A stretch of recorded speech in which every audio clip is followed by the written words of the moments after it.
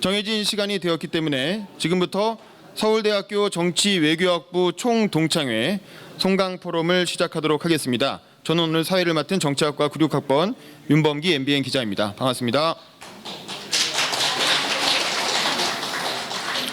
그럼 먼저 김호섭 회장님의 인사말이 있도록 하겠습니다.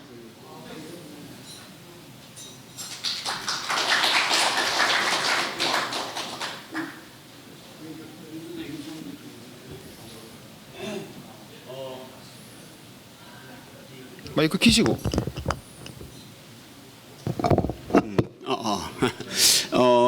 회장 김호섭입니다. 오늘 뭐 비도 좀 오고 근데 비가 굉장히 반가운 비인 것 같습니다.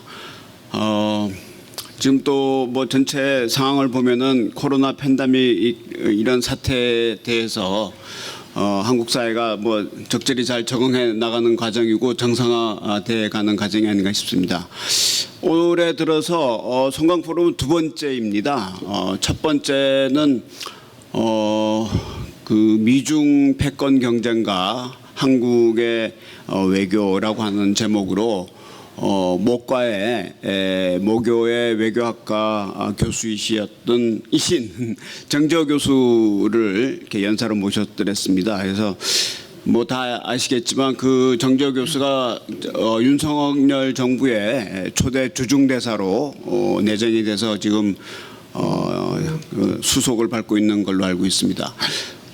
올해 두 번째인 오늘 그 송강 포럼의 연사는 뭐 다 아시겠지만 우리 국내 정치의 원로이신 전 국회의장 김형호 의장님을 모셨습니다. 아마 뭐 지금 상황이 대통령도 새로 취임하고 또 지방선거 결과도 나왔고 해서 그런 그 국내 정치에 관련된 좋은 그 해안을 듣는 자리로 마련을 했습니다. 그래서 식사를 하시고 그 김영호 의장님을 모셔서 말씀을 듣도록 하겠습니다. 감사합니다. 네, 감사합니다. 자, 그러면 지금부터 40분간 그 오찬 시간을 가지겠습니다. 그래서 잠시 후에 12시 15분부터 본격적인 강연 행사 시작하도록 하겠습니다. 식사 맛있게 하십시오.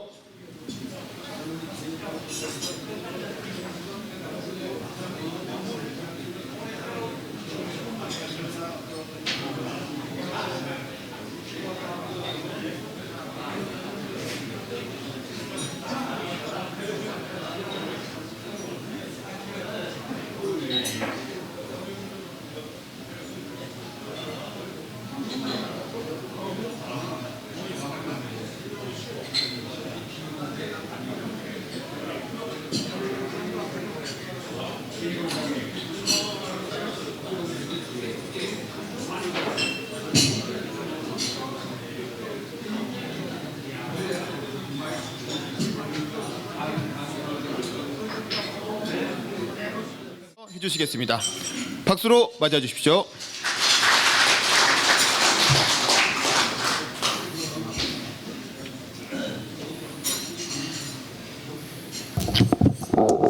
네, 저 동창회보 편집인을 맡고 있는 동아일보 정용관 논설위원입니다. 정치학과 8호학번입니다. 제가 우리 김영호 의장님 소개 말씀 올리게 돼서 정말 영광입니다. 의장님의 뭐 경력이나 이런 거는 제가 따로 말씀드릴 필요가 없을 정도로 이미 다 알고 계실 것 같고요. 저는 그냥 간단한 에피소드를 말씀드리는 걸로 소개 말씀 올리겠습니다. 2010년인 걸로 기억을 하는데 우리 의장님이 이제 국회의장을 2008년에 시작하셨거든요. 그리고 이제 2년 하시고 근데 의장님 퇴임하고 요 앞에 저희 회사 옆에 신성에서 식사를 좀 사주셨는데 의장님 이제 뭐 하실 겁니까? 그랬더니 그때 이제 하신 말씀이 책을 쓰겠다. 그러면서 이제 그 이스탄불 말씀을 하셨습니다. 그게 그 유명한 그 술탄과 황제 그 책을 쓰신 건데요. 저는 깜짝 놀랐습니다. 그 되게 큰 정치인이 이제 은퇴하시고 뭐 자서전을 쓰거나 뭐 이러시는 분들은 많은데 거의 창작과도 같은 책을 쓰시겠다고 해서 정말 놀랐는데 실제로 2년 뒤에 책이 나왔습니다. 베스트셀러였고요. 또 그 책을 4년 뒤에 거의 다시 쓰다시피 해서 또 증복판을 내셨습니다. 그리고 책이 다시 터키어로 또 번역이 되고 정말 이런 어떤 새로운 국회의장 상을 보여주신 분이 아닌가 이렇게 생각을 하고요. 그 뒤로도 백범 기념사업회 이사장님도 하시면서 백범이 묻고 김구가 답하다 이런 책도 쓰시고 하여간 우리나라가 어디로 가야 될지 이런 부분에 대해서 항상 천착하시고 고민하시고 하셨던 분으로 저는 정말 존경하고 제가 가장 좋아하는 분 중에 한 분입니다. 우리 의장님께서 윤석열 정부의 그 앞날에 대해서 정말 깊은 통찰을 가지시고 좋은 말씀을 해주실 걸로 믿습니다. 의장님 단상으로 모시겠습니다.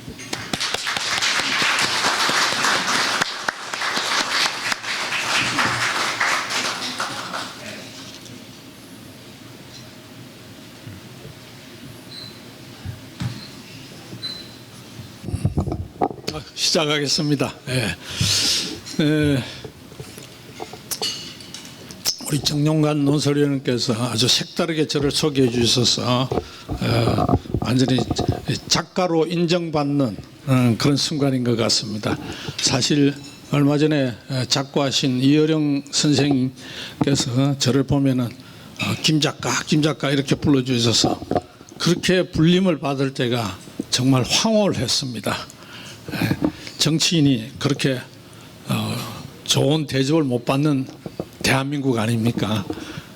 그래서 참 고마우신 분이다라고 생각을 했습니다. 오늘 이렇게 우리 존경하는 선후배 동문 여러분들 앞에서 윤석열 정부에 대해서 얘기할 수 있는 기회를 갖게 된 것 개인으로서는 상당히 솔직히 부담스럽습니다. 지금 정부가 탄생한 지 불과 몇 개월밖에 3개월밖에 되지 않은 3개월도 안 됐네요. 그 2개월 이제 되어가는 이런 시점에서 뭘 얘기를 한다는 게 주제 넓을 수도 있고 자칫하면은 대통령을 비롯한 정부 담당자에게 아주 무슨 선별합시고 하는 어떤 고깝게 들릴 수도 있지 않겠나 하는 생각인데 저는 여러분들도 아시다시피 제가 정치를 다시 할 사람도 아니고 다만 이 나라 이 국가로부터 큰 은혜를 입은 사람이기 때문에 오직 대한민국 잘되기만을 바라는 입장에서 그리고 이 정부가 잘해야만이 된다 하는 그런 입장에서 좀 희망적인 얘기와 좀 정권의 입장에서는 좋지 않은 얘기가 혹시 들어갈 수도 있겠습니다만은 저는 마음을 비우고 한다 하는 말씀을 미리 드리겠습니다. 네. 이걸 작동하는 게 있어서 자 넘겨주시고요. 이 현충일 얘기를 하는 것은 사실 제목을 다시 맞은 현충일을 했지만은 사실은 다시 찾은 현충일이다 하는 그런 기분이 들었기 때문에 하는 것입니다. 이 평범한 얘기 도발에는 북한이 아니라 어디든 도발하면은 엄정하게 단호하게 대처하겠다. 그리고 제복 입은 사람들이 존경받는 나라가 되어야 한다. 이 평범한 얘기를 대통령 입에서 들어본 지가 몇 년 만인가 하는 그런 생각을 할 적에 참 이상한 어떤 생각이 들었습니다. 그래서 다시 찾았다 현충일을 하는 이런 기분에서 쓴 것입니다. 제가 백범 김구 기념사업회 관계를 했기 때문에 약산 김원봉의 그 상해 임정과 관련한 얘기를 제가 소상히 잘 알고 있습니다.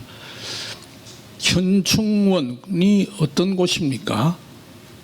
전에 국립묘지. 그 자리에서 문재인 대통령이 약산 김원봉을 언급할 적에 저는 아찔했습니다. 그래서 욕한데 이 이념화된 정치 그리고 이 목적화된 역사관으로 세상을 바라보는 것만큼, 특히 위정자가 그런 만큼 위험한 것이 없다. 그것이 다행히 몇 달 전으로 끝났기 때문에 정말 다행이라 생각을 합니다. 다음. 이제 본격적인 얘기에 들어가겠습니다. 등장 과정, 윤석열 등장 과정입니다. 윤석열이라는 분의 등장 과정에서는 간단하게 아웃사이더 이단화에서 비약적으로 발탁을 했습니다. 이분은 강요된 충성을 거부하고 국민의 편에 선다 하는 그런 입장에서 저항을 선택했기 때문에 국민의 선택을 받았습니다. 아마 우리 정치사에서 가장 초단기간에 가장 짧은 시간에 그리고 전혀 다른 분야에서 최고 대통령까지 올라갔습니다. 그래서 여러 가지 기록을 깼습니다. 그런데 이 보수 꼴통이라고 비판적으로 얘기하는 이 보수 정당에서 왜 그를 선택했을까요? 나는 이게 굉장한 의미가 있고 이 점을 앞으로 윤석열 대통령이 가슴 깊이 새겨야 할 부분입니다. 보수 정당에서 그를 선택한 것. 쟁쟁한 멤버들을 다 그냥 제껴버리고 특히 그게 50대 50이죠. 당원 50%, 일반 국민 여론조사 50%인데 일반 국민 여론조사보다도 압도적으로 당원들로부터 건 80% 가까운 지지를 보수 꼴통이라고 하는 사람들이 이건 한마디로 변화해라, 개혁해라, 바꾸라 하는 그런 이 보수 정당의 당원들이 그걸 절실하게 느끼고 있다 하는 얘기 아니겠습니까? 자, 넘기시고 다음. 선거 과정에서 할 말 많습니다만 이게 본론이 아니기 때문에 이게 이제 정치력입니다. 당내에서 김종인, 이준석 그리고 윤핵관 세 파트가 있다면 어떻게 배제를 하고 어떻게 포용을 하고 어떻게 자기 사람으로 만들었느냐 하는 데서 정치력이 보일 것입니다. 당외 안철수하고 어떻게 그렇게 극적으로 단일화를 했기 때문에 오늘의 윤석열이 있는 겁니다. 이재명과 그래 아슬아슬한 대결을 했는가 하는 것. 그래서 0.73%가 의미하는 것. 여기는 앞으로 이 강의 도중에 제가 수없이 강조하겠습니다만은 윤석열 대통령이 가슴 깊이 새겨야 할 때 0.73%다 하는 것입니다. 자, 그래서 정치적인 미숙, 과도한 자신감, 절대 금물이다 하는 것을 먼저 말씀드립니다. 다음. 그다음에 이제 당선에서 이번 지방선거 3월 9일 날 선거가 있었지만은 아마 모든 국민들이 적어도 한 집에 한 사람 정도는 밤을 꼬박 새웠을 것입니다. 저는 그날 쿨쿨 잤습니다. 대신에 집 사람이 밤을 꼬박 새우더라고요. 3월 10일 날 당선이 됐습니다. 그래서 6월 1일 선거 전국적인 지방선거를 했는데 이때부터 이제 윤석열 시대가 오는 것이죠. 대통령 취임식이 5월 10일이었지 않습니까? 20일 만에 선거를 치렀습니다. 이번에 지방선거에서 압승을 했다 졌다 하지만은 뒤에 표가 나오겠습니다만은 저는 지방선거에서 이렇게 윤석열 정부가 이기게 된 것은 큰 이유 중에 하나가 아무도 얘기하지 않는 이유 중에 하나가 대통령 선거와 지방선거를 따로 했기 때문이다. 수천억 원의 이 나라 돈은 요즘 돈이 아닙니다. 돈 아까운 줄 모르고 수천억 원의 돈을 들여서 이 정부가 스스로 꼬라박는 결과를 가져왔다. 앞으로 제대로 된 나라라면은 한 달 만에, 두 달 만에, 석 달 만에 전국적인 선거를 이렇게 치른다. 이거 정말 참 창피한 노릇입니다. 이런 거 없어져야 됩니다. 윤석열 정부는 정부 취임하자마자 취임 직전부터 내건 게 청와대 이전이고 또 내각 인사를 했었는데 여러분 알다시피 그렇게 기대치에 미흡했습니다.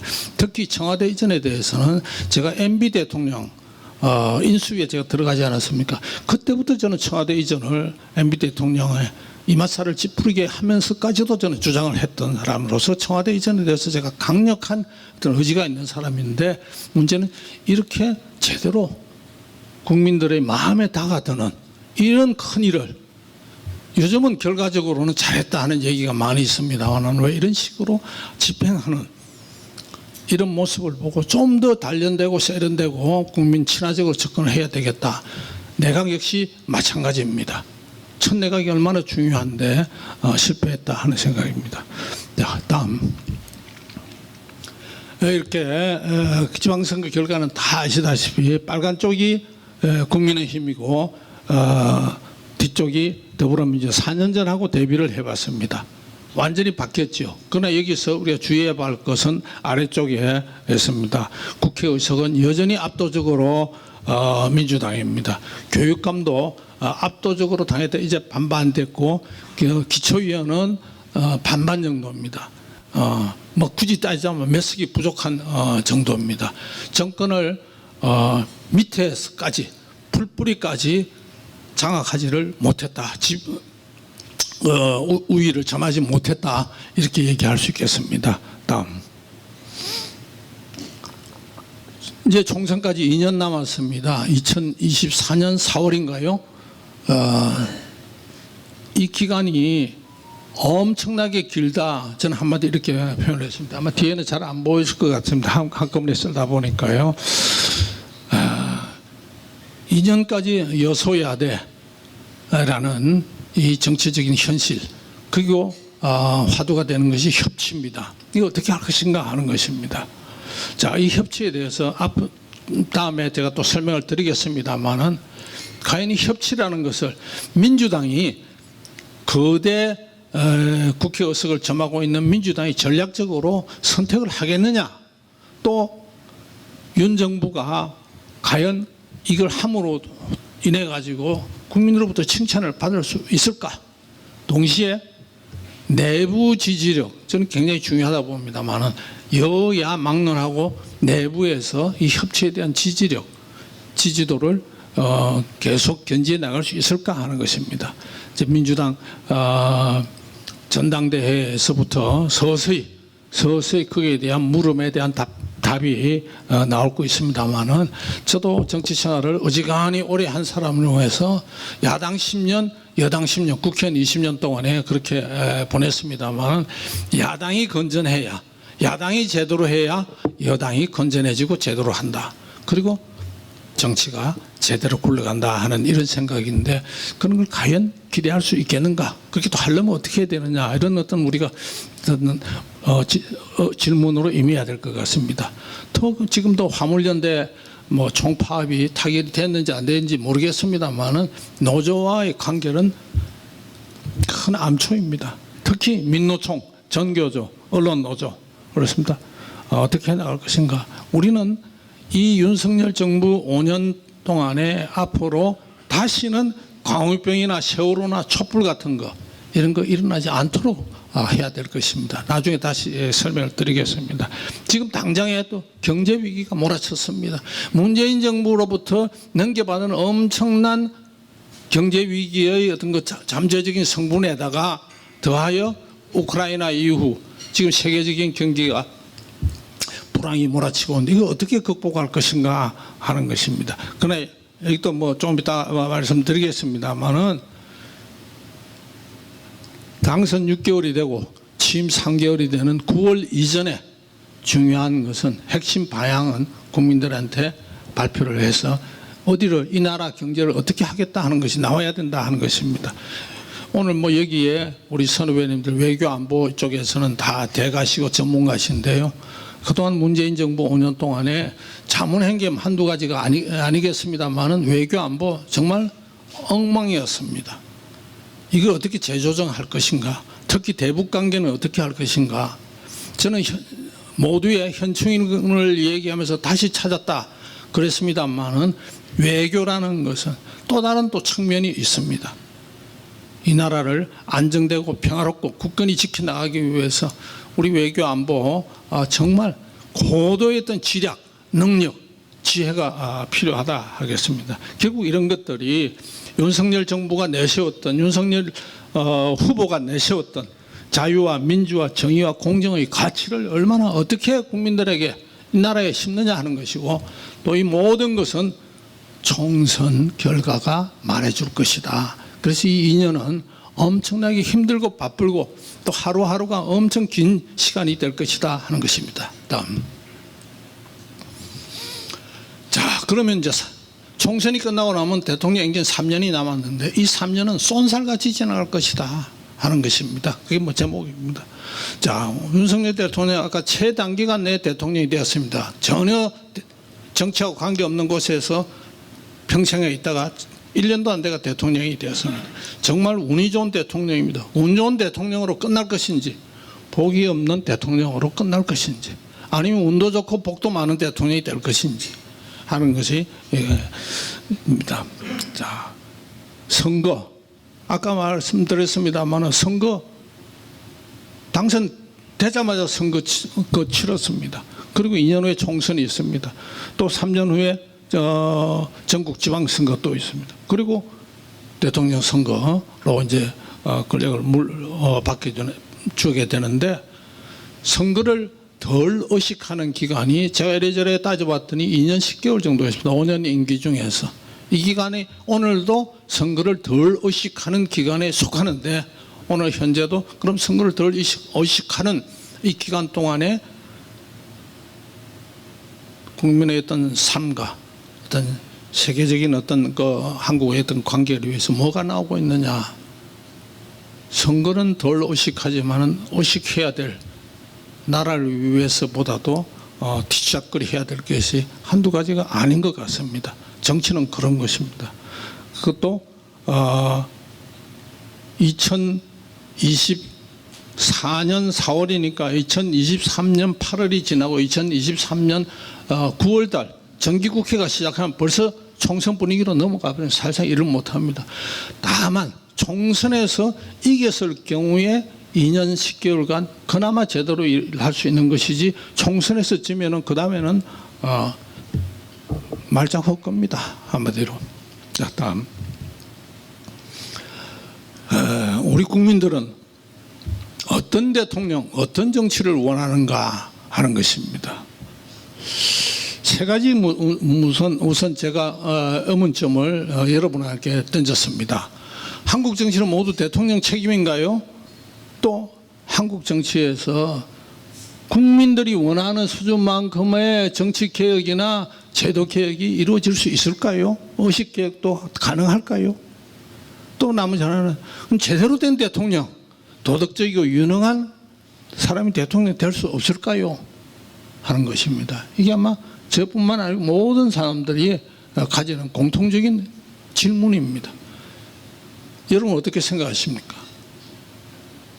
제가 가지고 있는 생각을 우선 답변 드리겠습니다. 첫 번째, 한국 정치는 모두 대통령 책임인가요? 예, 그렇습니다. 대통령 책임입니다. 우리 전통적으로 오랫동안 중앙집권제를 수천 년 동안 해왔기 때문에 모두 대통령 책임입니다. 더구나 우리 헌법상 이 대통령 책임제에 있는 한은 모든 것은 대통령 책임입니다. 대통령이 그런 책임의식을 가져야 하는데, 역대 대통령 중에서 그런 생각을 안 가진 사람들이 참 많았다. 그것이 또 불행한 대통령의 길로 갔다 하는 것입니다. 한국 정치 제도개혁, 의식개혁은 가능한가? 저의 대답은 노입니다. 힘들 것이다 하는 것이다. 왜냐? 우선 당장 2년은 여소야대이기 때문에 더더욱 힘들 것이다 하는 것이다. 세 번째, 도덕적이고 유능한 인물이 대통령 될 수 있을까? 저는 maybe 또는 may not be입니다. 이 지금 선거, 죽기 살기식 선거를 하는데, 그리고 대통령 후보가 되는 과정이 정말로 만만치 않은데, 도덕적이고 지혜롭고 유능한 인물이 대통령에 오르기는 쉽지 않다 하는 것입니다. 그것이 한국의 어떤 현재의 정치 현실이다 하는 것입니다. 박근혜 대통령이 아마 실상은 어떻든 간에 국민적인 입장에서 볼 적에는 어떤 히어로인의 시대로 막 끝난 게 아닌가 하는 생각입니다. 이제는 보통 사람의 시대가 온 것 같고 뭐 좋은 의미입니다. 그런 사람이 대통령이 되는 시대인 것 같습니다. 그러면서도 대통령에 대한 기대치는 여전히 높습니다. 높지만은 대통령을 어떤 진영의 어떤 그 보스 정도로 생각하고 있는 그런 풍토다 하는 것입니다. 자, 윤석열 대통령, 윤석열 정부 어떤 대통령으로 기록되어야 하나 하는 것인데 그것은 먼저 실패한 대통령 전체를 밟지 않아야 됩니다. 그것만 염두에 두면 왜 대통령들은 실패했는가 하는 것을 염두에 두면 성공한 대통령의 길을 가지 않았겠나 하는 생각에서 오늘도 제가 7종 7금이라 했던 것입니다. 자, 우리가 지금 대통령제 취하고 난 뒤에 가장 잘못하는 것, 지난 5년 동안에 잘못한, 우리는 미래를 잃어버렸습니다. 이제 미래를 찾아와야 됩니다. 청년들에게 꿈과 희망을 제시해야 됩니다. 경제 살려야 하는 것 당연한 것입니다. 너무나 시급합니다. 그리고 도덕성, 공동체 이것도 많이 망가질 대로 망가져 버렸습니다. 대한민국, 우리가 찾았던 이 대한민국이라는 뜻에 대한 공동체, 지금 정치를 하는 사람, 특히 당의 대표급 되는 실세급 되는 사람들에게서 나는 부족한 것이 공익, 공동, 공공선, 공동체 이런 공짜 들어가는 것이 지금의 리더들한테는 너무 부족한 것 같아서 제가 굉장히 안타깝게 생각하는 것입니다. 결국은 솔선수범입니다. 솔선수범입니다. 밑에 있는 파란 줄 뒤에는 보일지 모르겠습니다만은 저는 지난 최근 2, 3년 동안에 이것만 주장하고 왔던 사람입니다. 나라 튼튼이를 지키고 국민을 안심시키고 국민의 자존심을 살리는 그런 정부, 그런 대통령이 되어야 한다는 걸 제가 개인적으로 그냥 심플하게 외쳐왔습니다. 다음. 이 7종 7금이라고 뭐 이렇게 한 것은 사실 뭐 여러분 다 잘 아시는 제갈량의 7종 7금에서 제가 힌트를 더했습니다. 글자는 완전히 다르죠. 그래서 대통령이 제가 마음대로 해석을 붙인 겁니다. 이거는 7가지 반드시 해야 할 것, 7가지 반드시 하지 않아야 할 걸 이렇게 7종 7금이라고 했습니다. 역대 대통령이 실패한 이유를 찾으려면 뭐 한도 끝도 없겠습니다만은 지금적인 어떤 지금의 현상에서 보자면은 내로남불이라는 거. 이거 아주 심각한 정치의 현상이 되어버렸습니다. 그래서 정치 불신의 어떤 원인이 되고 있습니다. 흔히들 만나면은 저한테 하는 얘기가 국회의원들, 정치인들 자질이 너무 형편없어. 형편없는 사람이 국회의원 되어서 있다 그럽니다. 그 흔히들 그럽니다. 일반 시중에는. 근데 저는 생각이 다릅니다. 세 번째 얘기를 합니다. 이게 국회의원들이 자질이 형편없는 것이 아니라 헌법적 책무를 다하지 못하고 지위가 확고하지 않기 때문에 그렇습니다. 왜 그렇습니까? 하는 것은 바로 당회이라고 하는 이름으로 모든 국회의원들, 헌법기관인 국회의원을 속박하고 있습니다. 소위 당론이라는 이름으로 당에서 마음대로 정해놓은 그 당론, 몇 사람이 밀실해서 정해놓은 그 당론에 의해서 국회의원을 끌고 가고 그게 당론에 배치되는 행동을 했다가는 그 사람 끝나는 것, 정치 생명이. 그게 저항했다가 살아남는 사람은 기적적으로 몇 사람이 있을까 말까 한 것입니다. 그 중에서 핵심이 공천권입니다. 지금도 뭐 공천권에는 뭐 어쩌고 저쩌고 합니다. 뭐 여론조사 1등한 사람을 공천에서 뺐다 하는데 여론조사만큼 부정한 것도 없습니다. 제가 공천관리위원장 할 적에 여론조사 전부 1등 10명이 한 지역에 신청을 내는데 전부 자기가 여론조사 1등이라고 다 가지고 옵니다. 믿을만 하지도 않습니다. 가장 신뢰성 있는 여론조사 기관에서 했다 하더라도 시기와 문항에 따라서 또 바뀔 수가 있는 것이 여론조사입니다. 여러 가지를 복잡하게 생각을 해야 되는 겁니다. 저는 국회 역시 80대 20의 사회다 하는 것입니다. 이게 어떤 80대 20이냐? 그레샴의 법칙입니다. 악화가 양화를 구축합니다. 지금 여러분들이 아시는 김영호 빼고 아시는 전 현직 국회의원들 보십시오. 아마 그만한 한 집단에서 그만한 이력, 학력, 경력을 가지고 있는 데는 대한민국에 어디도 없을 겁니다. 국회에 들어가면 장차관 했다는 것은 명함도 못 내세웁니다. 검찰총장, 대법원장 아니지만 뭐 법원장 했던 사람들 가만히 있습니다. 그런 사람이 한두 명이 아닙니다. 대학 총장 수두룩합니다. 방송사, 신문사 사장 출신도 꼼짝 못합니다. 이런 제 나름대로 갖게 가지고 왔는데 왜 국회에 들어오면 개판이 됩니까? 우리 동문회에 있어서 제가 말을 좀 함부로 하는 것 같습니다만 그것은 악화가 양화를 구축합니다. 80대의 20, 괜찮은 80이 괜찮지 않은 20한테 끌려다니는 이 공천권의 문제입니다.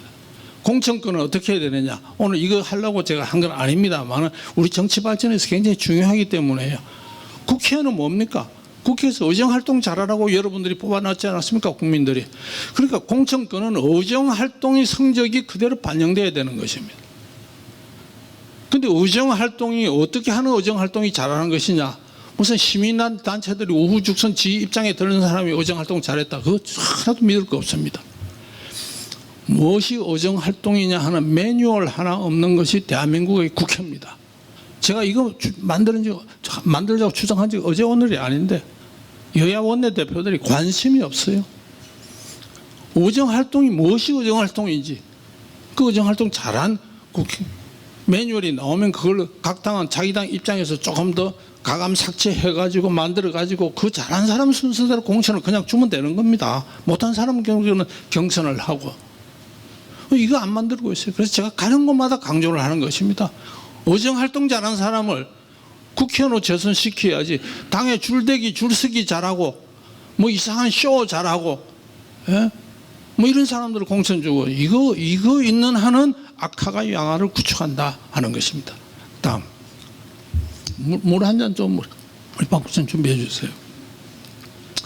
이제 하지 말아야 할 건 그럼 과연 무엇인가 하는 것입니다. 이게 뭐 공자 말씀 같은 공자 말씀을 먼저 그랬습니다. 기소불력이면 물시언이나 지가 하기 싫은 거는 남한테 시키지 마라. 정치 역시 마찬가지입니다. 자기가 하기 싫은 것을 덮어씌우고 이게 실패하는 정치 실패하는 대통령이었다 하는 것입니다. 다음 첫 번째 뭐 7종 7금 맞추다 보니까 뭐 조금 억지의 냄새도 있습니다만 7가지로 제가 매봤습니다. 특히 잘 나갈 때 조심하라 하는 것입니다. 절대로 오만하지 마라. 이 고대 그리스 그 비극의 그 주 테마인 휴브리스와 아테를 제가 인용을 한 것입니다. 자, 여러분 다 기억하실 것입니다. YS 뭐 하나의 척결이니 실명제니 등등해서 90% 인기 치솟았습니다. 잘 나갈 때 조심해야 되는데 그때 노동법 기습 처리했습니다. 저도 그때 초선위원으로 기습적으로 간 것입니다. 바로 그것이 잘 나갈 적에 노동법 기습 처리, 노동법 내용은 좋았습니다. 그러나 기습 처리하고 난 뒤에 결국은 한보 사태로 이어져 가지고 IMF가로 연결이 됩니다. MB 여기 MB 정부 너무나 생생합니다. 보수 정당 역사상 대선에서 보수 정당에서 전체 모든 선거에 있어서 박정희 선거 이후에 직선제에서 가장 표를 많이 얻고 당선되었습니다. 수도권에서 압승했습니다. 총선에서도 압승했습니다. 48개 선거구 중에서 서울에서 40개를 이겼습니다. 바로 그렇기 때문에 석 달 만에 FTA를 체결하려고 하다 보니까 석 달 만에 FTA는 3년 후에나 겨우 만신창이가 되어 체결하고 뭘 했습니까? 광우병으로 얻어맞은 겁니다. 잘 나갈 때에 조심해야 되는 것입니다. 박정희 후광에 젖어있던 우리 박근혜 대통령은 결국 세월호로 휘청거리다가 촛불로 물러나고야 말았습니다. 문재인 2년 전에 총선 압승했을 적에 그때 잘했으면 참 좋은 대통령 나왔을 텐데 어떻게 됐습니까? 결국 입법 독주, 입법 독재가 시작이 됐던 것입니다. 뭐 가장 전형적인 것이 검수완박이지만 그 말고도 많았습니다.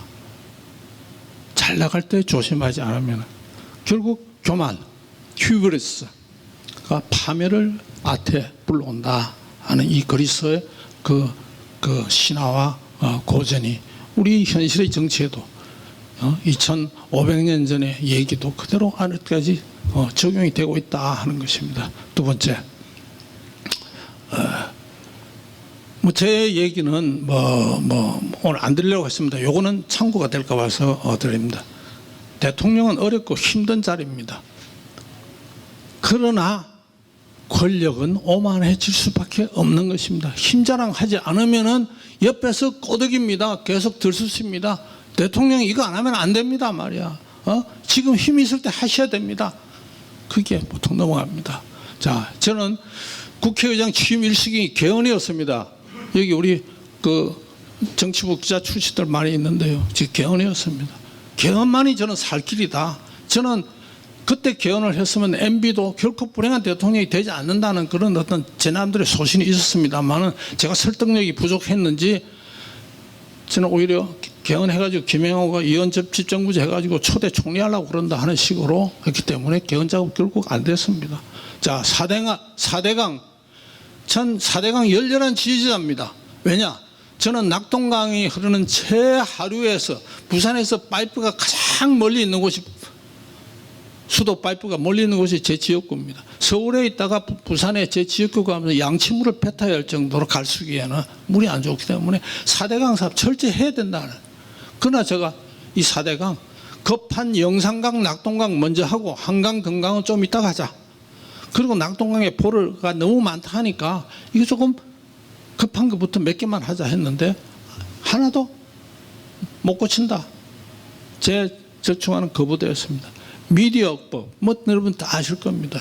저는 좌우로부터 민주당과 이쪽 한나라당인데 무슨 당, 이 여당으로부터 동시에 그냥 샌드백이 되다시피 얻어 맞았습니다. 12월 24일 날 미디어법을 올려놓고 12월 26일부터 직권상정하라고 국회의장을 겁박한 것입니다. 제가 7개월을 버텼습니다. 여든 야든 협상할 의지가 요만큼도 없었습니다. 결국 그런 것 때문에 이 괜찮은 미디어법이 뭐 썩 좋은 건 아닙니다만 괜찮은 이 법안이 그냥 만신창이가 돼버렸습니다.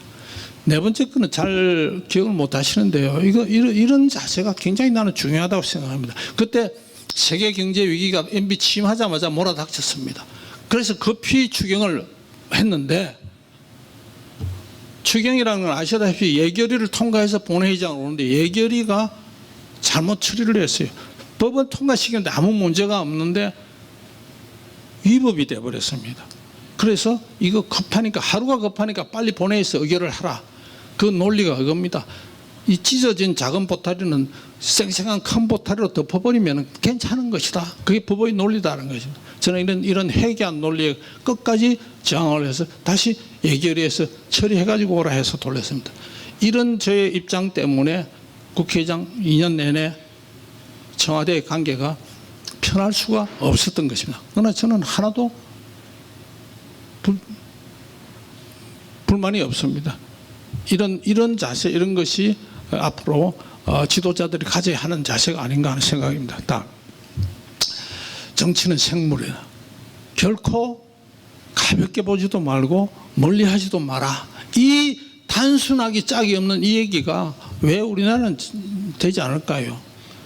이른바 정치 구단들은 정치를, 국회를 너무 가볍게 봤습니다. 너무 우습게 봤습니다. 그리고 MB나 박근혜 대통령 같은 분은 또 정치와 거리를 뒀습니다. 대리인을 시켰습니다. 다른 사람을 통해서 하다 보니까 실패한 것입니다. 최근에는 없어졌다고 생각했던 것이 다시 부활하고 있습니다. 바로 패거리 정치입니다. 이 파당 정치가 또 부활하고 있는 것 같아서 상당히 우렸습니다. 일일이 예를 들지 않겠습니다만은 이건 어느 집단, 어느 구역에 다 있습니다. 그러나 YS처럼 되고 나면은 그 건너온 배를 불살라 버려야 합니다. 민주산악회가 공은 많았지만 민주산악회 해산시켰습니다. 그것이 대통령을 위해서도 좋은 길입니다. 최근에 민들레 논란까지 이런 식으로 되면은 별로 좋지 않다 하는 것을 말씀드리고 다 이해하실 테니까 넘어가겠습니다. 다음. 이것도 뭐 다 하는 얘기입니다만은 우리 정치사회에서 너무 심플한 것이 계속 반복되기 때문에 그렇습니다. 정치는 탄압 속에서 자란 겁니다. 박정희 대통령이 공가는 이 자리에서 논할 건 아니겠습니다만 그분의 엄청난 공에 비해서 결국 박정희 대통령한테 탄압을 받았다고 주장을 하는 또 그렇게 국민들이 생각하는 YSDJ는 결국 정치적 거물이 되고 대통령이 되지 않았습니까? 문재인 대통령이 윤석열을 탄압만 안 했으면 오늘 대통령 될 수 있었겠습니까? 그런데 지금 어느 분이 또 그런 상황에 있습니다. 이분은 아마 법을 걸면은 이제 정치적인 탄압이다 그럴 겁니다. 정치적인 탄압이냐 실정법 위반이냐 하는 것은 결국 국민들이 판단하는 것입니다. 윤석열 정부가 이 분명한 사실까지 정치인이기 때문에 손을 안 댄다 이건 있을 수 없습니다. 그러나 청와대 이전이라든지 첫 조각이라든지 하는 것처럼 엉성하게 하면은 오히려 대말릴 수도 있다 하는 겁니다. 또 대통령이 물러날 때는 곱게 물러나야 됩니다. 무슨 안전장치 이거 결코 성공할 수 없습니다. 그럼 전두환 대통령 이례재단 만들었습니다. 국가원로회의, 원로자문회의인가요? 우리 헌법에 있습니다. 한 번도 써본 적도 없습니다. 퇴임 후에 안전장치는 없습니다. 자기 스스로 마음 비워야 되는 것입니다. 다음 이건 뭐 하나만한 얘기 네 번째입니다. 경제와 민생 문제가 엄청나게 중요한 것입니다. 다만 여기서 정치적인 입장에서 보자면요, 경제 실패하면 나라 망칩니다. 정권 교체되고 본인도 쫓겨나다시피 합니다. 그런데 뭐 아이러니라 그럴까요? 잘하면은요 위기인 줄 모르고 지나가기 때문에 대통령 잘했다 이런 얘기 듣지 않습니다. 잘했다 잘못했다 이 얘기 들으려고 할 것이 아니라 이게 정말 신경 써야 됩니다. 경제적인 위기가 왔습니다. YS IMF 부동 때문에 끝나버렸고 저 문재인은 부동산 잘못 처리했습니다. MB 금융위기 너무너무 잘했습니다. 한국만 금융위기가 없는 것처럼 너무나 잘했기 때문에 국민들이 잘 몰랐습니다. 적당히 좀 신용도 내고 아파하고 이랬어야 됐는데 박근혜 때 대북 대중관계 정말 좋았습니다. 그런데 지금 인정을 별로 못합니다. 나쁜 것만 생각하게 되는 겁니다. 이 정치와 이 그 통치 적절한 어떤 선에서 대통령이 여러 가지 생각해야 될 것입니다. 자, 경제를 정치 논리로 이끌면은 안 된다. 이건 뭐 탈원전이라든지 소주성이라든지 부동산이라든지 이게 다 이 정치 논리로 경제를 바라봤기 때문에 실패할 수밖에 없었던 것입니다. 박정희 대통령 때는 경제만 잘 살면 정치는 저절로 되는 걸로 생각하기 때문에 또 박정희 대통령도 그런 면에서는 실패했다 하는 것입니다. 경제는 심장입니다. 정치의 심장이고 정권의 심장이고 나라의 심장입니다. 심장은 평상시에 잘 움직이면 아무도 모릅니다. 생각 안 하고 있습니다. 그러나 심장에 탈이 오면 그건 뭐 죽음입니다. 정말로 중요한 경제이기 때문에 지금 이 경제 위기에 윤 정부는 심혈을 기울이고 최선을 다해야 할 것입니다. 다음 채권 비리가 참 큽니다. 이게 아픔이 큽니다. 주변에 대해서 온정, 의리 이거 당연히 해야 됩니다. 인간으로서 리더로서 이건 해야 됩니다. 그러나 온정주의에 집착하면 안 된다 하는 것입니다. 모든 대통령들이 채권 비리에 다 휘말렸습니다. 온정과 온정주의에 대한 분명한 자기 철학이 부재했기 때문에 그런 게 아닌가 이렇게 생각을 해봅니다. 요즘은 인터넷 세상에 대해서 이제는 숨길 수도 숨겨지지도 않습니다. 그러나 그때 인터넷 세상 이전에는 정권 말기에 터졌습니다. 지금은 있으면 바로바로 터집니다. 정권 비리, 측근의 비리는 지지율 하락의 주범이 됩니다. 이것이 권력에 대한 불신입니다. 그래서 5년간 문재인 정부는 특별감찰관을 임명하지 않았습니다. 지금이 이제 임명해야 될 때가 아닌가 합니다. 다음에 또 이 얘기는 조금 이따 드리겠습니다. 다음.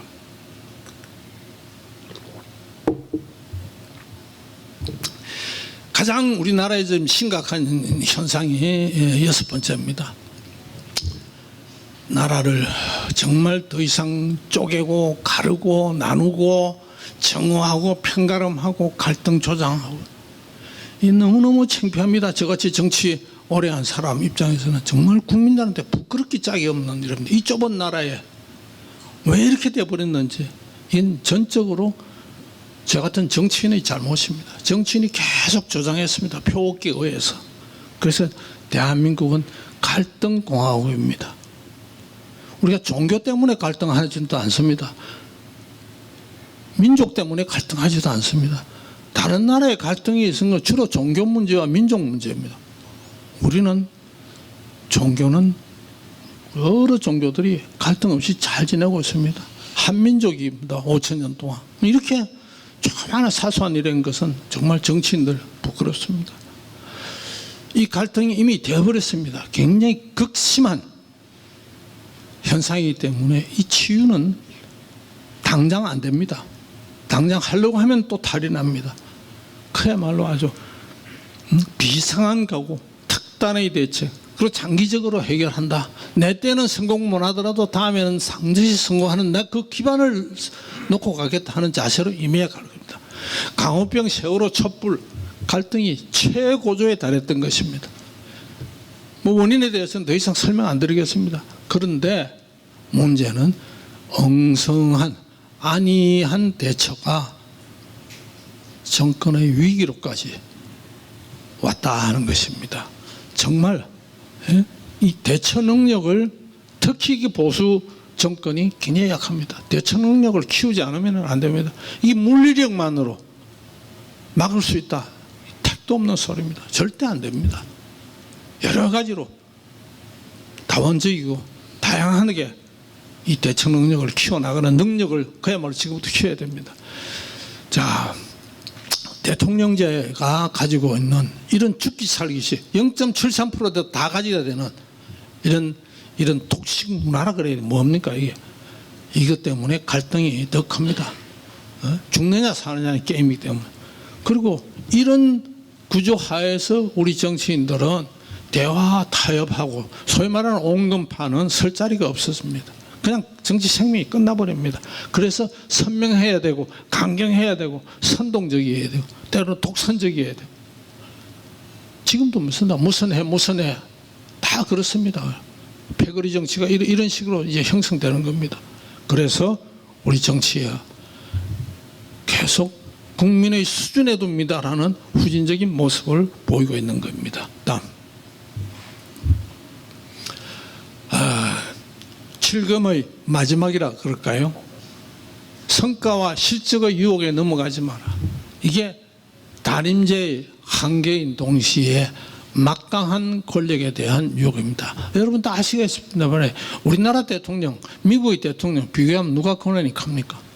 우리나라 대통령, 미국 대통령은 우리나라 대통령에 비할 바가 못 됩니다. 권한의 면에서. 이렇게 권한은 큰데 5년이라는 이 단임제가 발목을 잡고 있기 때문에 초조함, 자신감이 동시에 교차를 해가지고 성공적인 대통령이 나오지 않습니다. 뭐 대표적인 게 한두 가지겠습니까? 그냥 예시를 했습니다. 4대강 참 좋은 건데 4대강 국민들의 평가는 박합니다. 급히 몰아갔기 때문에 그렇습니다. 탈원전, 이 소설 같은 얘기, 만화 같은 얘기, 일부 선동에 의해서 뭔가를 5년 안에 해낼 수 있다고 하는 잘못된 것 때문에 나라의 경쟁력을 그냥 엉망으로 만들어 버렸습니다. 자, 5년 단임 대통령 대원 취임하자마자 제일 첫 번째 하는 것이 무엇입니까? 전임 대통령 그림자 지우기입니다. 그래서 전임 대통령이 잘했든 못했든 싹 새로 바꿉니다. 뭐 이런 것들, 창조경제 부러지졌지만은 그 담당 장관이 창조경제 제대로 설명도 못하고 5년 지나버리지 않았습니까? 5년도 아니죠, 4년이죠. 대한민국이 중장기 정책을 실종한 나라입니다. 미래 비전이 없어진 나라입니다. 5년 단임제 하다 보니까. 그래서 나는 윤석열 대통령에게 정말 간곡하게 부탁하고 싶습니다. 이런 실적, 업적주의의 성과에서 벗어나야 된다 하는 것입니다. MB 대통령 때 녹색 성장이나 자원 매교라는 거 참 괜찮았던 겁니다. 또 우리가 최근년들에 들어와서 어떤 저 4차 산업혁명에 대해서 이 준비가 부실입니다. 다 하던 것도 날아가 버렸습니다. 다행인지 불행인지 이 정부는 문재인 정부 전임 정부로부터 이어받을 게 없다. 왜? 중장기 정책이라는 것은 전 정부에서는 아예 없었기 때문에 그렇습니다. 다음. 이제 반드시 해야 할 거. 제가 이 황금률을 그냥 뭐 갖다 놔요. 이건 제가 평소에 좋아하는 구절입니다. 뭐 다 아시는 거죠. 네가 대접받고자 하는 대로 남을 대접해라 하는 것입니다. 이게 황금률이고, 어떤 사람은 또 앞에 말한 그 공자, 네가 하기 싫은 건 남한테 시키지 마라 하는 것은 하지 마라 하니까 그건 은율이다, 이거는 금율이다, 뭐 그렇게 얘기하는 사람도 있습니다만 어쨌든 넘어가겠습니다. 다음. 자, 첫 번째 소통입니다. 민심을 살피고 소통을 하라. 소통하는 대통령이 되었습니다. 5년은 짧습니다. 아주 짧습니다. 대통령의 입장에서, 정치인의 입장에서 짧습니다. 그러나 국민 입장에서는 너무너무 깁니다. 긴 5년입니다. 할 일은 많은데 세월은 빨리 지나갑니다. 그래서 당면 과제와 중장기 과제를 분명히 구분해야 됩니다. 지금 당면 과제 할 게 너무 많습니다. 부동산 탈원전 규제 철폐 뭐 등등 많습니다. 방향과 방침 조속히 세워야 됩니다. 그래서 취임 3개월이 되는 9월 이전 8월까지 이게 기본 방침 국민들에 대해 밝혀야 합니다. 모든 것은 국민과 함께 하겠다는 자세를 보여야 됩니다. 그러나 대책은 서두르면 안 됩니다. 부동산만 해도 집 짓는데 최소한 1년 걸리는데 그 이것저것 하는데 한 3, 4년 걸릴 수도 있는 겁니다. 그래서 이런 것은 아주 정교하게 면밀하게, 그러나 당면했기 때문에 빨리 발표가 있어야 된다. 기본 방향을.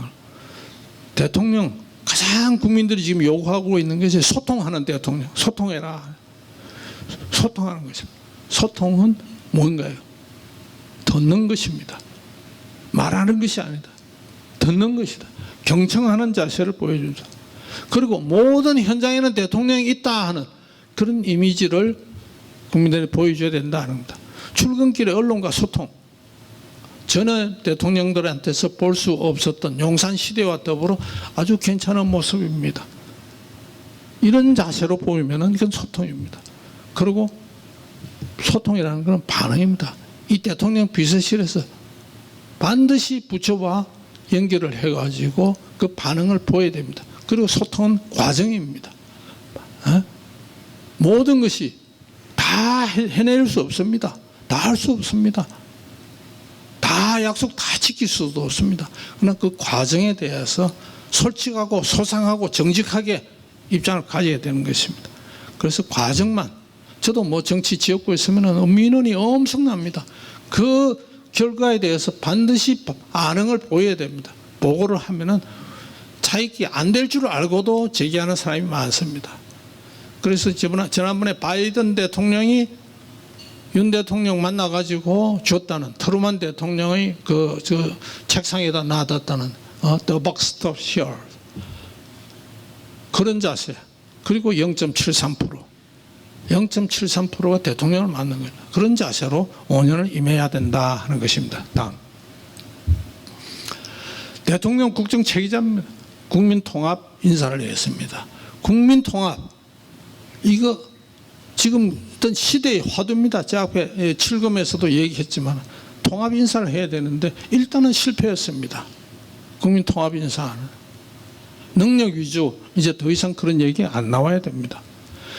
5년 동안, 문재인 5년 동안에 청와대가 너무 힘이 셌기 때문에 청와대 공화국이다 했는데 지금 검찰공화국이라는 소리 나옵니다. 이런 얘기도 더 이상 나와서는 안 된다는 겁니다. 대통령은 진영의 수장이 아닙니다.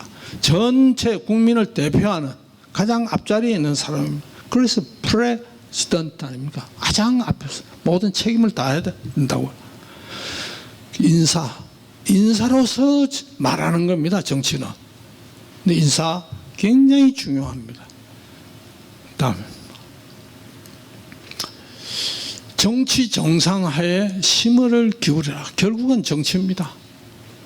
그리고 2년 후 총선 거기서 효과를 보려면은 지금부터의 그 2년 이게 선약이라고 할 수 있습니다. 여소야대 이거 잘 겪어 나가야 됩니다. 여소야대에서는 국회의 역할과 책임을 강조해야 됩니다. 야당에 대해서 인정을 해야 됩니다. 국정의 동반자이며 책임자라는 말로만 아니고 실질적으로 해줘야 됩니다. 이번 국회 2년 동안의 성적표를 가지고 다음 총선에 결정을 할 것입니다. 주요 법안과 정책에 대해서는 야당과도 협의하는 자세 절대로 필요합니다. 여야 지도자 정례회동해야 됩니다. 국회 연설 당연한 것입니다. 그런데 국민들은 국회를 개혁해 달라고 합니다. 국회 개혁은 여당인 국민의힘 쪽에서 국회 개혁을 준비돼야 됩니다. 국회 개혁할 게 너무 많습니다. 특히 국회 운영을 이딴 식으로 하면 안 됩니다. 운영과 제도 개혁 나서야 됩니다. 뭐 예로 몇 개 들었습니다. 국정감사, 뭐 윤리위, 청문회 이등 뭐 예일 뿐입니다. 고쳐야 될 게 한두 가지가 아닙니다.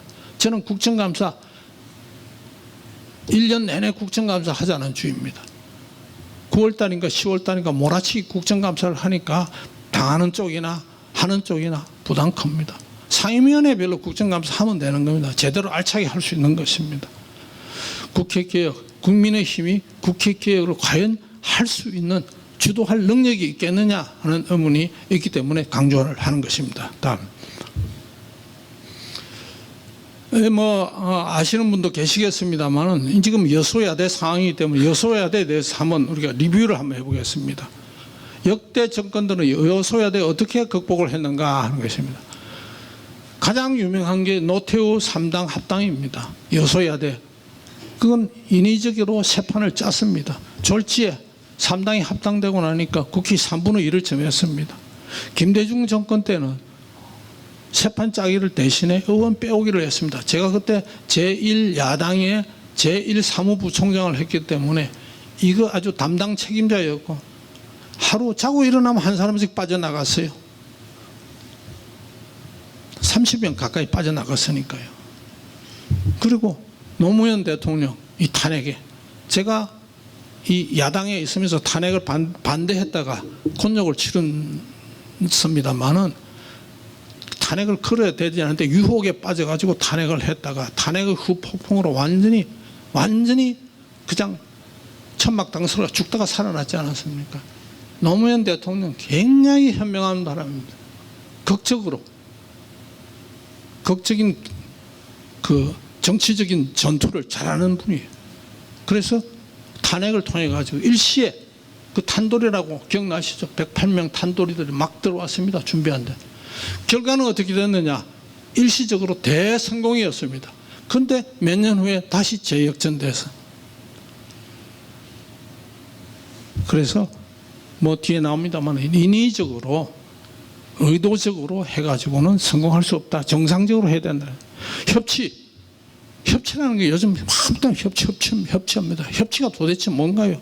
우린 개념도 규정도 애매모호합니다. 뭐 어떤 사람 가버넌스라고 하고 어떤 데는 연립정부라고 그러고 어떤 연합정부라고 그러고 어떤 데는 거국내각이라고 그럽니다. 협치 우리나라에 한 번도 해본 적 없습니다. 그렇기 때문에 쉽지 않습니다. 특히 양당제 구도 어렵습니다. 대통령대에서는 어렵습니다. 서로 기대하는 게 다르기 때문에 그렇습니다. 자, 그래서 저는 협치의 정신을 살리자 이게 제 얘기입니다. 어떻게? 대통령 인사를 협치의 정신 살리면 되는 것입니다. 소통하는 대통령 그리고 정책과 예산에서 협치의 정신 살리라. 상대방에 대한 존중과 배려 협치 정신 살리자. 이것이 저는 제가 주장하고 싶은 답입니다. 조금 보안 기능으로 절대적인 아닙니다. 보안 기능으로 정무장관을 임명하거나 대통령실에 정무특보를 두는가 또는 뭐 저 헌법에 지금 유명무실하게 되어 있는 국가원로회의를 활용하든가 하는 것인데 문제는 이게 유명무실해져도 안 되고 어떤 특정인이 과거처럼 몇 살에 나가 전횡을 해도 안 된다 하는 것입니다. 결론은 뭐냐? 선거를 의식하지 않고 국정을 매진하면은 선거에도 이길 수 있다 하는 것입니다. 다음. 중장기 과제들은 중장기적으로 해결하라. 제가 계속 주장하는 것이 중장기를 잃어버린 대한민국이다 했는데, 중장기, 대통령 임기 5년인데 5년 동안 다 하려고 하면 안 된다 이겁니다. 5년마다 중장기 계획 쓰는데 그게 어떻게 중장기 계획이겠습니까? 그래서 중장기 계획은 중장기대로 하는, 저는 이것이 협치다 하는 생각에서 나왔습니다. 대통령 10년위원회를 만들어라. 분야별로. 교육이라든지 노사라든지 저출산 문제라든지 연금 문제, 이거 지금 중장기적으로 해결해야 될 게 한두 가지가 아닙니다. 그런데 여기에는 반드시 야당의 동참이 필요합니다. 그리고 이 독립적으로 운영해야 됩니다. 이것이야말로 협치다. 대통령 5년 재임 중에 발표 못할 것들도 상당히 있을 것입니다. 5년 안에 해결하겠다 하면은 이건 안 되는 겁니다. 대한민국이 적어도 10년 앞을 내다보는 이런 중장기 계획을 지금 협치의 정신으로 해야만이 된다 하는 것입니다. 다음. 이 내각 문제, 선거 때는 여야 후보들 다 책임 총리제 어쩌고 나왔습니다. 또 되고 나면 언제 그랬냐는 뜻이 드는데, 이 정말 이제는 바뀌어야 됩니다. 예? 청와대 중심, 대통령 비서실 중심에서 내각 중심으로 가야 되는 것입니다. 책임 총리, 책임 장관, 이게 헌법적인 것이 아니라 실질적으로 그렇게 나가야 되는 거예요. 대통령 비서실은 노태우 대통령 때처럼 참모 기능에 머물러야 되는 것입니다. 내각이 앞장서야 됩니다. 그렇게 하려면은 행정을 주도하는 것은 물론이고 인사권 가져야 됩니다.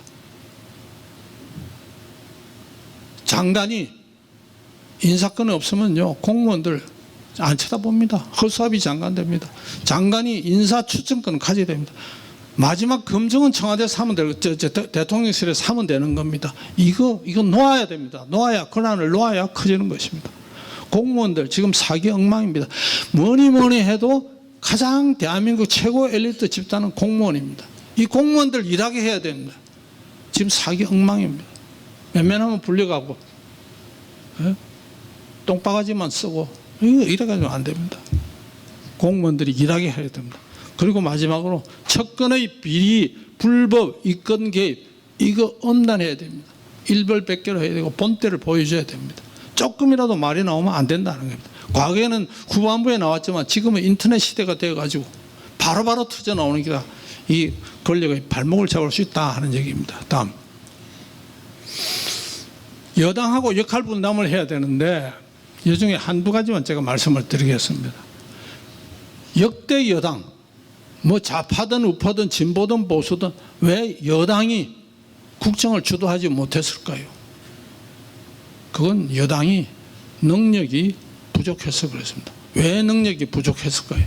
특히 보수 정권이 잡았을 적에 여당이 왜 청와대 눈치만 보고 끌려다녔을까요? 그것은 보수 여당의 이른바 실세라는 사람, 당을 대표하는 사람들이 책임의식도 없었습니다. 치열함도 없었습니다. 국민 친화력도 없었습니다. 그래서 웰빙 정당이나 소리를 받았습니다. 여의도 연구소 이런 식으로 방치하면 안 됩니다. 여의도 연구소 소장이 누가 들어와도 지금 같은 데서는 있어나만 하는 것입니다. 제가 공관위원장 공천심사를 하는데 당시에 여의도 연구소로부터 단 한 페이지의 참고 자료도 받지 못했습니다. 존재할 이유가 없는 것입니다. 지금 그대로 하고 있습니다. 설명드리려면 시간이 너무 많이 길기 때문에 여의도 연구소가 제대로 활용을 하고 예산을 투입하는 당이 돼야만이 그 기반 하에서 국정을 주도할 뭐가 생기는데 지금 여의도 연구소는 그냥 실업자 양성소처럼 되어 있다. 대통령과 긴밀히 수시로 회동해야 됩니다. 주례 회동해야 됩니다. 대표하고만 만나서는 안 됩니다. 대표 따로, 원내대표단 따로, 또 주요한 상임위원장이나 주요한 사람들하고 자주 만나야 됩니다. 그리고 역할 분담 철저히 해야 됩니다. 그래서 저는 헌법 연구도 당에서 해야 된다 이게. 제 소망은 뭐냐? 윤석열 대통령이 단임제 직선제로 뽑히는 마지막 대통령이 되기를 소망한다. 그래야 대한민국이 잘 된다 하는 얘기입니다. 다음. 마지막입니다. 결국은 노블리스 오블리주입니다. 자, 윤석열 대통령이 내세우는 자유와 민주주의, 공정, 상식의 지도자가 되려면은 대통령이 움직이면은 공직사회가 돌아가고 공무원이 움직이면 나라가 돌아갑니다. 그걸 하면 대통령이 솔선수범밖에 없습니다.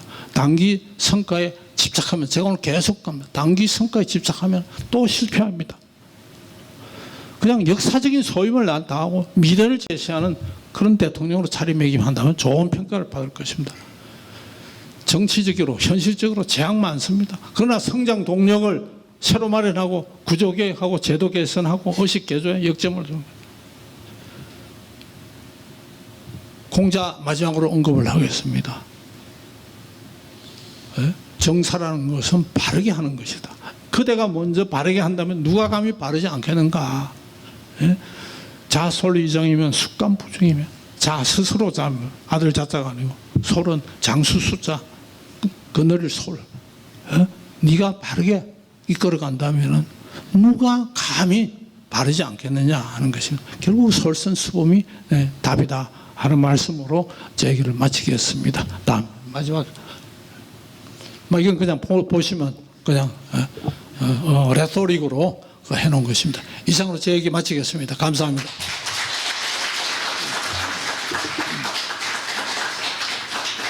자, 그럼 이어서 질의응답을 잠시 진행하겠습니다. 질문 있으신 분은 손을 드시고 의사를 표시해 주시면 마이크를 드리도록 하겠습니다.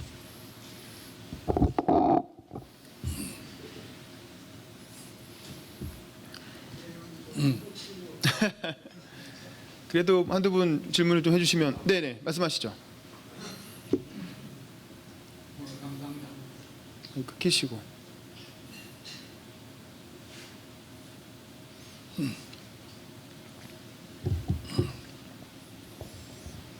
아.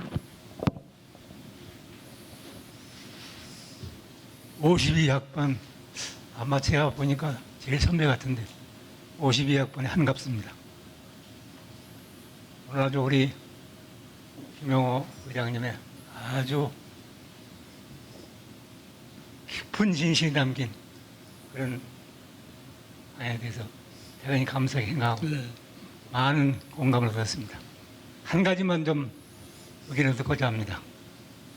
발표 강연 내용에는 구체적으로 나와 있지 않은데 지금 우리나라가 1948년의 건국 이후에 상당한 세월을 대통령 중심제 원정체제를 끌고 가고 있는데 내각 책임제하고 대통령 중심제를 이제는 한번 바꿀 때가 가까이 오지 않았느냐 이런 생각도 드는데 내각 책임제에 대한 김 의장님의 그런 생각을 한번 말씀해 주셨습니다.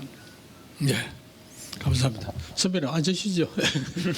서 계시면 제가 불안해서 불안하기보다 불편해서요. 대한민국이 정치 면에 있어서 잘 되려면은 개헌을 해야 됩니다. 저는 이 직선제 개헌이 그때 당시에 제가 공직에 있었을 때였습니다. 제가 직선제 개헌을 해야 된다고 요로에 건의를 하고 다녔던 사람입니다. 그런데 87년 체제는 직선제라는 이 권위주의 정부의 종식하는 데 있어 그리고 평화적인 정권 교체를 이루는 데 있어서 큰 역할, 위대한 역할을 해서 대한민국의 정치를 몇 단계 올려놨습니다. 그러나 동시에 이 헌법이 급조됐습니다. 날조돼 가지고 헌법 내용을 보면 유신의 그 잘못된 점이 들어가 있는 부분도 아직도 많이 남아 있습니다.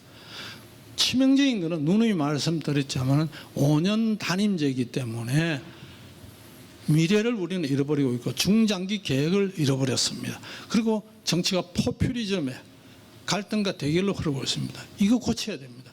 그런데 어떤 대통령도 취임 전에는 개헌하겠다 하고 청와대 이제는 옮겼습니다만 들어가는 순간부터 자기가 했던 말 중에서 가장 먼저 잊어먹는 말이 개헌이라는 말입니다. 힘 좀 쓰려는데 웬 개헌이냐 그러는데 그래서 개헌은 전제가 있습니다. 5년 단임 대통령 임기 보장해야 됩니다. 국회의원 4년 임기 보장해야 됩니다. 자기 목가지를 자기가 치면서 법을 바꿀 사람이 없습니다. 이 보장하에 그래서 저는 지금도 적기라고 봅니다. 그중에서 서구 민주주의 국가에서 많이 채용하고 있는 우리 지금 저 한갑 선배님 말씀하신 의원 내각제라든지 뭐 내각 책임제라든지 뭐 어떤 지가 이런 것도 우리가 이제는 앞으로 대통령 임기가 5년 보장하는 나라에서는 충분하게 연구 검토할 과제가 되었다 하는 것입니다. 지금 현재 오늘 당장 국민들한테 사전 설명도 없이 홍보도 없이 어느 게 좋으냐 하면은 압도적인 다수가 대통령제입니다. 그래서 이런 데 대한 우리가 이 설명도 이제는 논의 과정에서 그래서 헌법연구위원회를 한번 만들어라 당해서 하는 것입니다. 그렇게 해서 국민들이 서서히 판단할 수 있는 계제를 줘야 되지 않겠는가 그런 생각에서 제가 말씀드렸던 것이고 이 답변으로 가름될는지 모르겠습니다. 또 다른 분 질문 있으시면 한 분만 더 받도록 하겠습니다. 네, 마이크 전해 주십시오.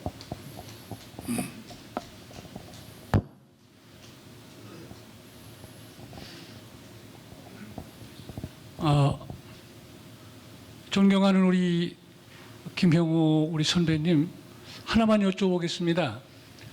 벌써 이제 이 정부가 출범하고 1개월 정도 지났는데 차기 대권 후보는 누구인가에 대한 여론조사가 지금 시작되고 있는 것 같은 그런 느낌을 받는데 사실은 아무리 그런 여론을 중시한다 하더라도 여론조사라는 이러한 그 명칭을 통해 가지고 과연 한국의 위대한 지도력을 발휘할 수 있겠는가? 여기에 대해서 어떻게 생각하시는지.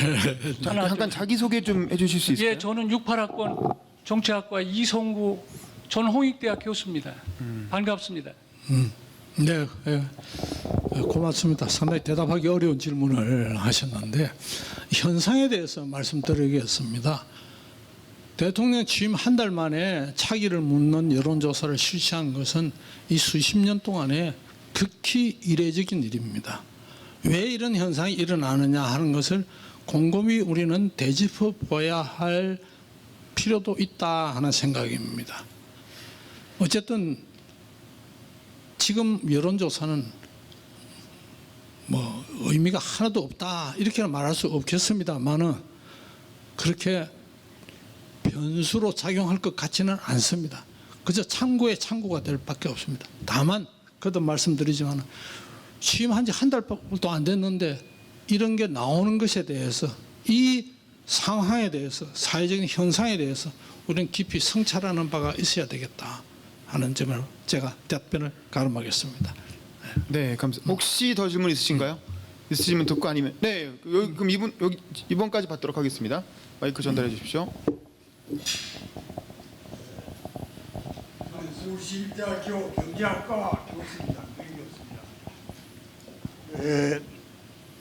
저는 정치학과 재학 중에 민주주의의 기본 원리에 대해서 배웠습니다만 그런 아주 기본적인 상식이 지금 우리나라 정치에는 통용이 되지 않고 있습니다.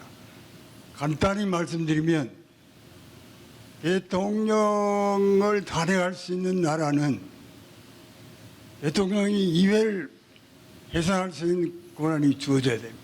그래야 어떤 권한의 정치 권력의 그 양립이 그러니까 균형이 이루어집니다. 지금 우리나라에서는 대통령은 이회를 해산할 권한은 없고 의회가 대통령을 단행함으로써 여러 가지 책임 정치가 제대로 정착되지 못한 면이 있다고 저는 생각합니다. 그래서 혹시 김 이장님께서 헌법 개정안을 하나 만들어 가지고 양원제 그리고 대통령이 의회를 해산할 수 있는 거나 그리고 그에 따라서 내각이 책임 정치를 할 수 있고 약속을 못 지키면 해산이 되고 이렇게 하는 그런 민주의 기본 원리가 좀 작용하는 정치 풍토가 조성돼야 되지 않겠나. 여기에 대해서 우리 김영호 이장님께서 어떻게 생각하시는지 말씀해 주십시오. 예, 질문 고맙습니다. 개헌이 만약에 된다면 그리고 또 만약에 의원 내각제, 내각 책임제로 개헌이 된다면 만약에 두 번입니다. 그렇기 때문에 선배님 말씀하신 거 당연히 그대로 돼야 된다고 생각합니다. 이걸로 답변을 가름하겠습니다. 네, 감사합니다. 그럼 오늘 행사는 이걸로 마무리하도록 하겠습니다. 감사합니다. 아직도 코로나 위기가 조금 남아있는 관계로 단체 사진은 따로 찍지 않고 바로 마치는 걸로 하겠습니다. 오늘 사무국의 특별한 공지사항은 없습니다. 다음번 송강 포럼 때 뵙도록 하겠습니다. 감사합니다.